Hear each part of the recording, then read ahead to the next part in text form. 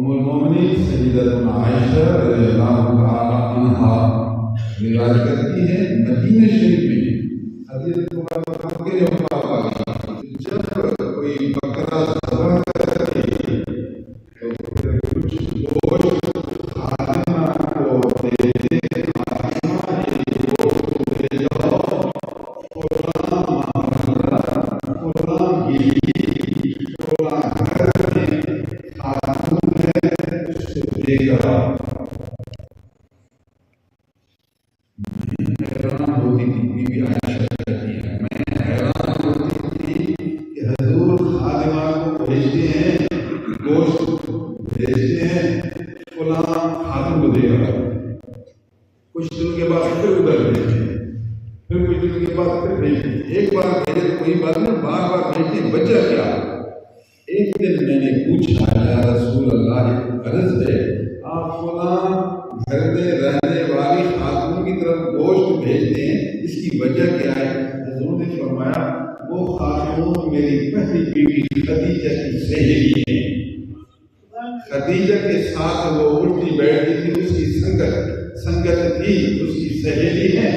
میں اگر گوشت سہیلی کو بھیجتا ہوں سہیلی خوش ہوگی تو یہ خدیجہ کبریٰ کا شکر ادا کرنا ہے۔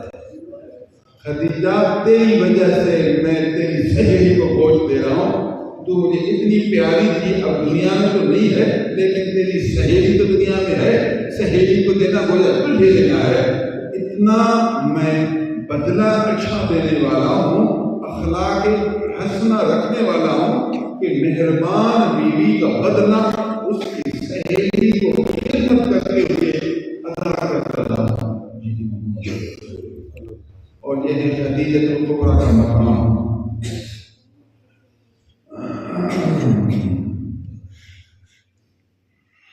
زندگی گزرتی ہے، ابو طالب کی پرورش جاری ہے، حفاظت جاری ہے، خدیجہ کبریٰ کی خدمت جاری ہے، مختلف اوقات میں خدیجہ خدمت کرتی تھی، حضور کو تسلیاں دیتی تھی اور مدد کرتی تھی۔ نبوت کے بعد جب 10 سال گزر گئے، حضور کو 40 سال کی عمر میں نبوت ملی، جب حضور کی عمر 50 سال ہو گئی تو 50 سال کی عمر میں ابو طالب ہو گئے۔ نبی کریم صلی اللہ علیہ وسلم مکہ میں ہیں،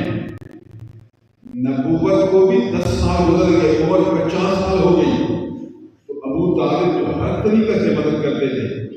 اللہ کو پیارے ہو گئے، ابو طالب بہت ہو گئے، تو بظاہر ایک سہارے تھے، مددگار تھے، وہ دنیا سے چلے گئے تو حضور کو صدمہ پہنچا۔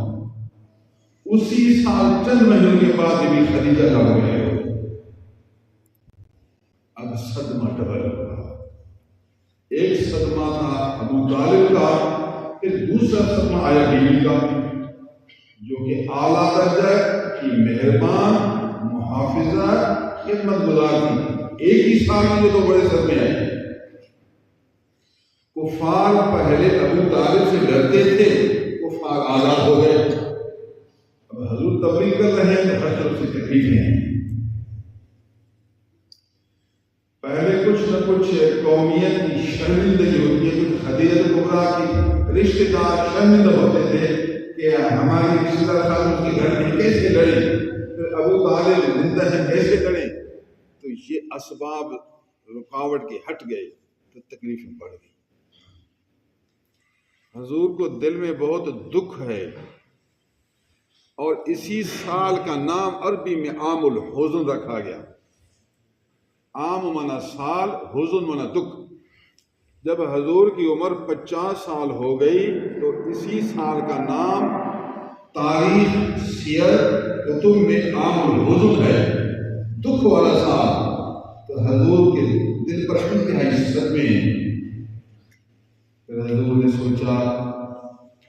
کہ یہ مکے والے تو تکلیف دے رہے ہیں، فائدہ نہیں اٹھاتے، میں طائف جاؤں، شاید وہاں کے لوگوں میں نصیب ہو، وہ میری پاس میں وہ ایمان آئے، کچھ نہ کچھ دل خوش ہو جائے۔ حضور طائف پہنچے تو طائف والوں نے اتنا صدمہ پہنچایا کہ حضور کو پتھر مارے، اتنا تکلیف انہوں نے پہنچائی کہ حضور بے ہوش ہو گئے۔ طائف میں کام نہیں ہوا، پھر مکہ پہنچ گئے، تو ان نے دوبارہ شرمندہ کرنا چاہا کہ طائف کا فائدہ ہوا